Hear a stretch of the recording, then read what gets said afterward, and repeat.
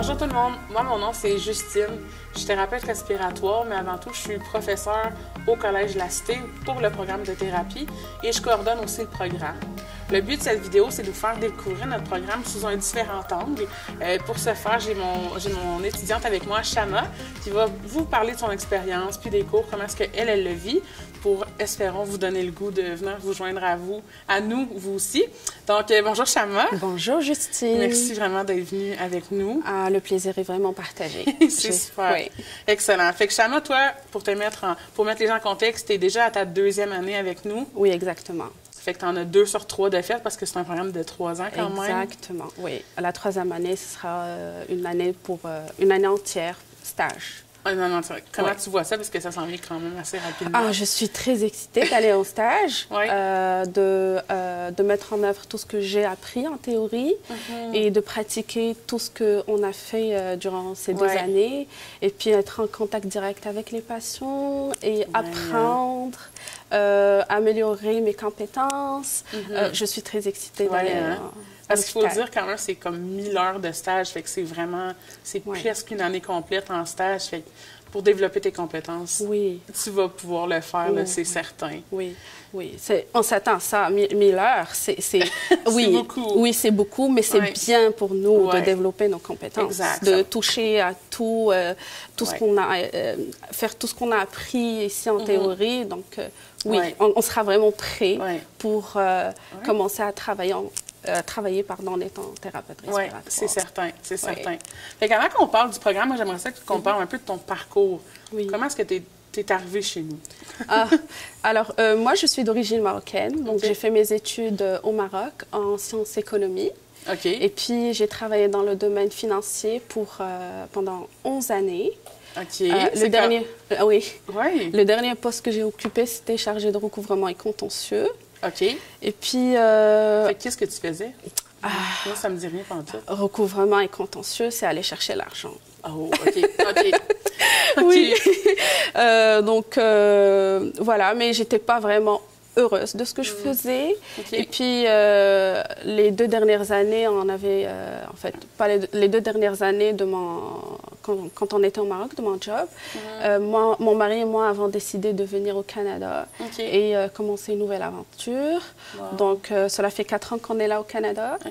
Et puis, une fois arrivée, je me suis dit, Shama, c'est le Canada. Il te donne la possibilité de réaliser ton rêve d'enfance. Moi, depuis que j'étais petite, mon rêve était de travailler dans le domaine de la santé. Oui, depuis que j'étais petite. J'ai pas eu la chance de le faire au Maroc pour diverses raisons, mais une fois arrivée ici, je me suis dit, il est temps, c'est pas grave, je peux refaire à zéro.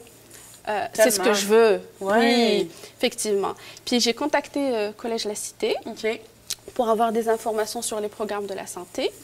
On m'a expliqué qu'il faut avoir certains prérequis pour pouvoir accéder à un programme de la santé. Alors que moi, mes études, c'était l'économie, la finance. Ça n'a rien à voir. C'est pas du tout dans le même domaine. Oui, exactement. C'est vrai. Oui. Et puis, on m'a proposé de faire un programme qui s'appelle Présence de la santé pour aller chercher ces prérequis-là. C'est vrai. C'est ce que j'ai fait. Puis quel cours tu avais dans ce programme-là, par exemple? J'avais les mathématiques. On a tout appris dès soustraction, division, multiplication, toutes les petites choses, Comme apprendre des produits croisés, des choses comme ça, de base. Oui, de base. On a fait les mathématiques, biologie, chimie. Il y avait plein d'autres matières, mais moi, je cherchais plus ces 3-là pour pouvoir... Parce que c'était ça, les prérequis pour un programme de... pour un programme de la santé. Je n'étais pas encore sûre que je voulais être thérapeute. Donc, normalement, c'est un programme de 1 année, mais moi, j'ai pu avoir les prérequis en une seule session. Et puis, la chance que j'ai eue, c'est que dans cette session-là, nos professeurs nous invitaient à participer à des ateliers animés par d'autres professeurs ici qui, dans d'autres programmes de la santé, qui présentaient leur programme, exactement.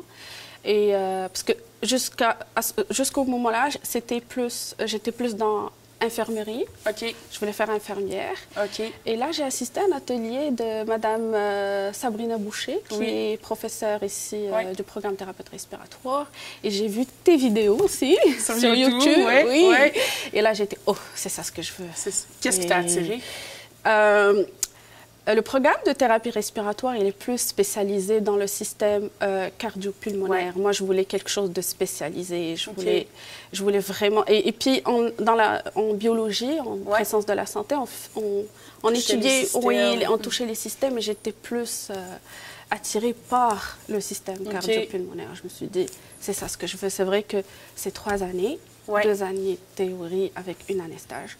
Mais c'est ça, Chama, peut-être que... C'est fait pour toi, là. Et oui, c'est fait pour moi. J'adore. Oui, t'es déjà convaincue?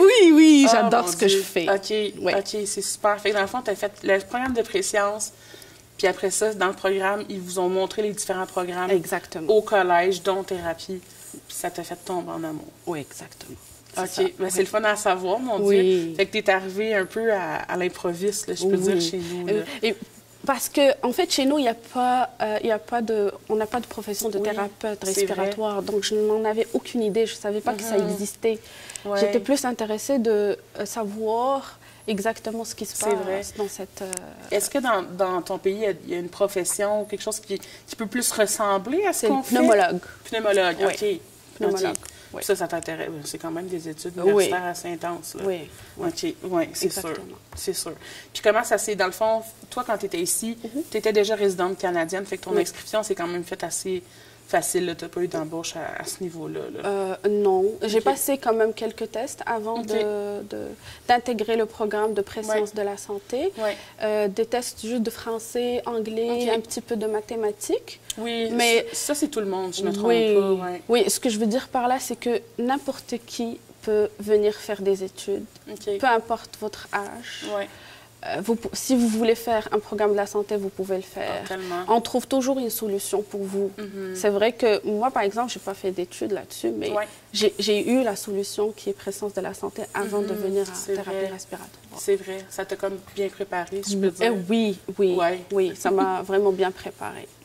Parce que quand même, 11 années sans études, rebelote reprendre les études, ça prend un petit peu de temps de reprendre le relais, C'est vrai. Je n'avais pas pensé à ça, mais c'est sûr que si c'est 11 ans, ou peu importe le nombre d'années, c'est quand même intimidant. Après, peut-être de revenir. Oui.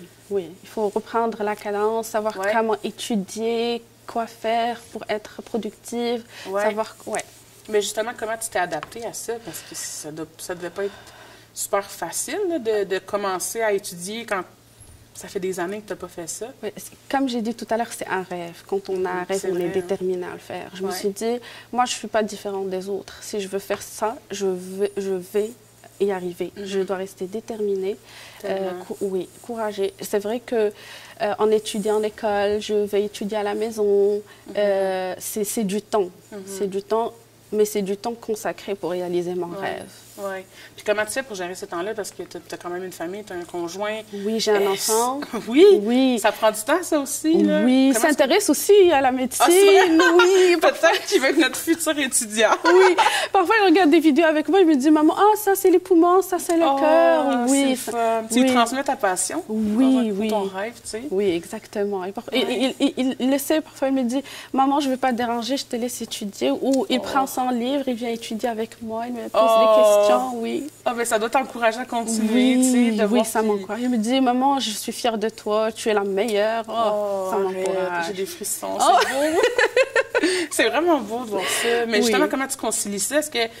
C'est un programme que tu fais, c'est comme un planning. Je me réveille, je vais à l'école, je reviens, je fais ça, j'accorde ce temps-là à mes études, j'accorde ce montant de temps-là à mon fils, à mon mari. Et puis, mon mari m'aide beaucoup aussi.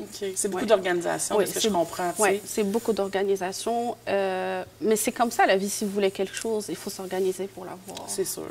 C'est sûr. Puis, comment est-ce que tu as développé tes méthodes d'études, je peux dire, parce que c'est quand même difficile comme... d'étudier le domaine de la santé en façon générale. Oui. Moi, j'ai un petit, j'ai un petit souci, c'est parfois j'oublie. J'oublie souvent, mais j'étudie, par exemple, le cours, je vais à la maison, je le reprends, je le lis et je relis jusqu'à ce que ça reste ici. Puis j'essaye d'être concentrée à 100% en classe, de prendre le maximum que je peux en classe. De poser des questions. Ah oui, je pose beaucoup de questions. Oui, on me le dit souvent, je pose beaucoup de questions pour mieux comprendre. Comme ça, c'est plus facile à la maison. Si je reprends le cours, c'est plus dans le fond, facile. tu fais ton cours, puis après ça, quand tu arrives à la maison, tu relis. Je relis. Tu repasses à travers tes notes, puis comme ça, tu t'assures un peu de consolider ce que tu as appris. Exactement. Là. Puis tu fais ça depuis jour 1? Jour 1. Oh mon Dieu, t'es bonne. Depuis présence de la santé, c'est ce que je fais. OK. Puis ça, c'est ta formule gagnante qui a fonctionné jusqu'à présent.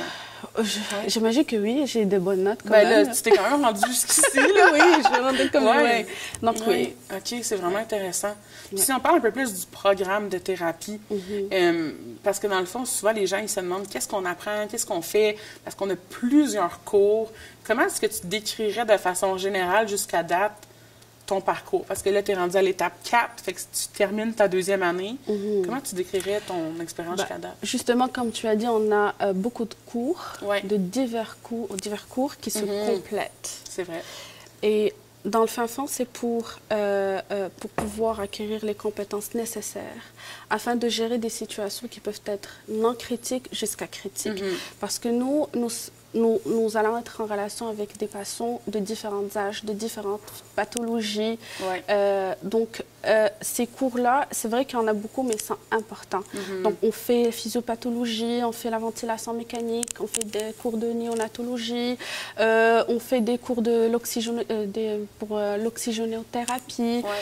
C'est beaucoup de matière, mais ça se complète. Et puis, nous faisons beaucoup de pratiques. Nous avons de laboratoires.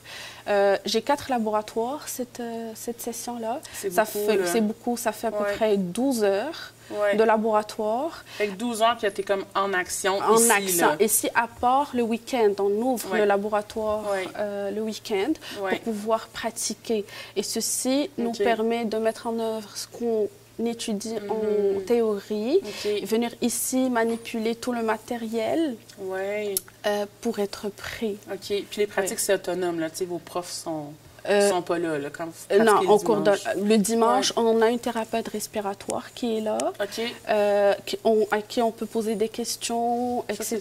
Ça, c'est le fun, parce que tu peux aller valider des... Oui, des choses, oui, effectivement. Mais en cours de semaine, c'est avec nos profs qui nous guident au fur et à mesure, notre apprentissage. Puis est-ce que tu as eu des laboratoires où tu faisais justement du manuel dès le premier jour? C'était dès le premier jour. Dès le premier jour? Ah oui, avec thérapie respiratoire, dès la première semaine. On niaise pas. Oh oui, on a tout manipulé.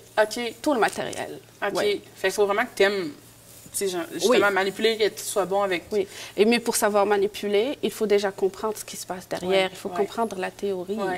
Par exemple, la ventilation mécanique, les gens, ils voient c'est un ventilateur, il y a des boutons et tout. Oui, le ventilateur, c'est pour des personnes qui sont en état critique, qui sont intubées. Donc, vous devez comprendre derrière la physiopathologie, vous devez comprendre la pathologie du patient et s'adapter à cette pathologie. Parce qu'avec tes petits changements, tu peux faire beaucoup de choses. Oui, exact. C'est pas du one size fit all, comme on dit, là. Justement, la ventilation mécanique, je pense que c'est quelque chose que tu apprécies beaucoup. J'aime beaucoup la ventilation mécanique. Pourquoi c'est dans tes cordes, ça? J'aime beaucoup parce que, comme je viens de dire, c'est pour les patients qui sont en situation critique, qui sont intubés. Donc, c'est comme tu respires à leur place. Tu dois connaître bien comment fonctionnent tes poumons, le cœur aussi. Parce que tu dois savoir comment ça fonctionne pour pouvoir, bien faire pour ne pas causer de dommages, pour améliorer la situation médicale du patient, pour le conforter aussi. Donc, c'est quelque chose que tu dois vraiment avoir une réflexion derrière. Tu dois vraiment connaître ta théorie pour pouvoir jouer avec ton ventilateur. C'est quand même gros de penser que tu respires pour le patient. Tu respires pour le patient. Ça veut dire que tes actions peuvent avoir beaucoup d'impact sur le patient. C'est ça que tu aimes, toi, d'avoir cette responsabilité-là. Oui. Là. Et puis, ton but, c'est d'extuber le patient le plus tôt possible, qu'il soit bien le plus tôt possible. Oui, exact. C'est ça ce que j'aime dans la ventilation mécanique. Oui. Puis ce qui est le fun aussi, c'est que c'est vraiment les thérapeutes qui gèrent ça. On pense des fois que c'est d'autres professions, les infirmières, les médecins, mais vraiment, la prise en charge, ça vous appartient. Oui. Et puis, une fois qu'il y a un problème, qu'il y a une situation, par exemple, d'urgence, c'est le thérapeute respiratoire qu'on appelle en premier. Dès qu'on parle de airway, des voies respiratoires, des poumons, de la respiration, la première personne qu'on appelle, c'est la thérapeute respiratoire. Ça, c'est quand même valorisant de savoir... Oui, très valorisant. À quelque part que notre profession est si importante. Puis en plus, c'est tellement pas connu, hein? Exactement, c'est pas connu. Non, c'est pas connu. Tu sais, des fois, j'écoute des émissions, j'ai sûrement déjà écouté Grey's Anatomy ou des choses comme ça, mais tu sais, jamais ils vont verbaliser thérapeute respiratoire. Au Québec, on parle d'inhalothérapie, mais c'est très rare que c'est des termes que j'entends. Je pense que je l'ai entendu dans un film, là. Moi, c'était une fois aussi, j'entends RT. Call the RT. Imagine. Oui. Mais c'est tellement... Mais tu le vois pas. Non, c'est ça. Tu l'entends, mais tu le vois pas. Oui. Mais c'est tellement comme un métier qui est présent dans l'hôpital, mais qui est tellement peu présent dans les médias ou dans ce qu'on peut comprendre, tu sais, comme... Oui, je confirme. Mais oui. À chaque fois qu'il y a quelque chose, on appelle la thérapeute respiratoire. Hein. Et puis, mis à part les situations d'urgence, aussi, tu peux prendre en charge les patients, par exemple, asthmatiques, faire de l'éducation à ces patients-là, comment prendre leurs médicaments. On peut aussi aller dans le domaine dans la partie de fonction pulmonaire, faire des tests pour aider le médecin à faire le diagnostic. C'est pas juste des situations où ça va pas bien. Non.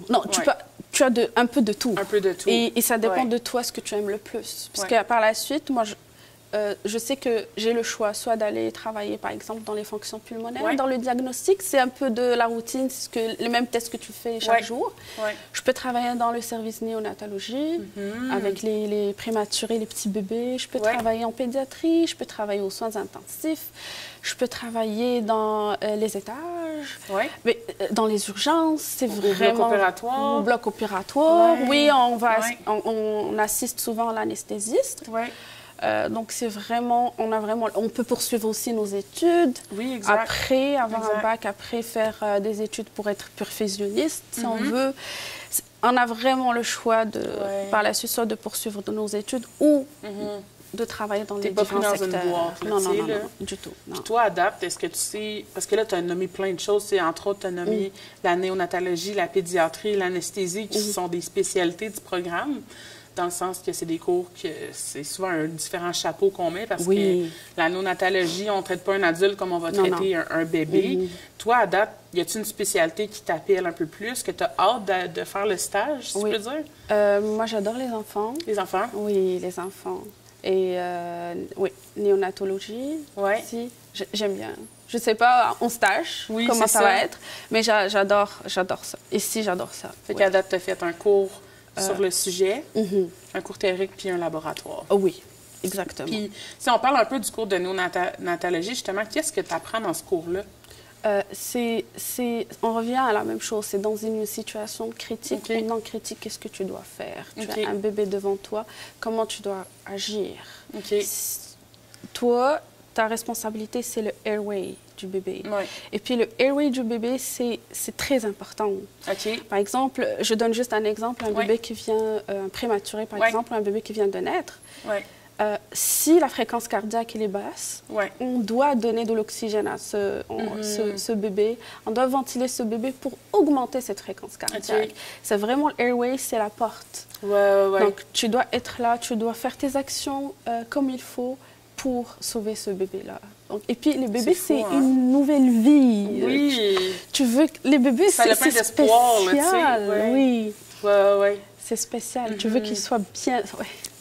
Moi, je me souviens, j'ai déjà travaillé en néonatologie un petit peu, puis j'ai animé un bébé de comme 24 semaines qui pèse 400, 500 grammes, qui est comme une demi-livre de beurre. C'est tellement des cas qui nous restent en tête, mais c'est tellement gratifiant de savoir que tu as aidé à ce bébé-là exactement à avoir une nouvelle vie, j'ai envie de dire. Je suis sûre que tu vas aimer ton stage parce que tu vas voir plein de situations comme ça. Des fois, c'est dur pour un cœur de voir ces situations-là. Mais oui, moi, dans ces situations, je me sens plus forte. Je me dis, je dois agir. Ouais. Mais c'est bon que tu vois comme ça, mais j'ai hâte que tu me reparles de ton stage parce que ça va être vraiment des beaux moments, là, j'ai envie de dire. J'ai hâte aussi. Et puis, ici au laboratoire, on a des différents mannequins, des bébés de 24 semaines jusqu'à 41 semaines. Oui. Donc, ça nous permet de pratiquer. Oui. Puis en plus, les mannequins sont assez réalistes. Oui, beaucoup. le prématuré, là, il y a encore les doigts de fusionniste, qui est le cas d'un vrai bébé prématuré. Exactement. Fait que ça vous prépare quand même assez bien, je trouve, les mannequins. Oui, très bien. On a un mannequin qui a une expansion thoracique, qui fait des sangs, qui pleure. Ah, c'est vraiment fun. Fait que, même si ce n'est pas des vrais patients, on est quand même proche d'une certaine réalité. Ça te met dans le bain. Oui, c'est sûr. C'est un peu... Tu sens que c'est un petit peu réel, c'est un peu proche de la réalité. Oui. Puis tu sais, les équipements aussi, là, on en voit derrière nous, mais on a plein d'équipements aussi qui se retrouvent à l'hôpital. Fait que ça, c'est le fun. Quand tu vas dans le stage, tu vas déjà avoir une certaine connaissance aussi des équipements. Oui. Souvent, on achète les nouveaux équipements pour effectivement qu'on soit à jour dans l'hôpital. Oui. Puis ça doit être valorisant pour vous aussi de savoir que vous avez les équipements nécessaires. Oui, c'est ce que j'adore aussi à la Cité. Oui. Excellent. On coûte cher, mais ça vaut la peine. Oui.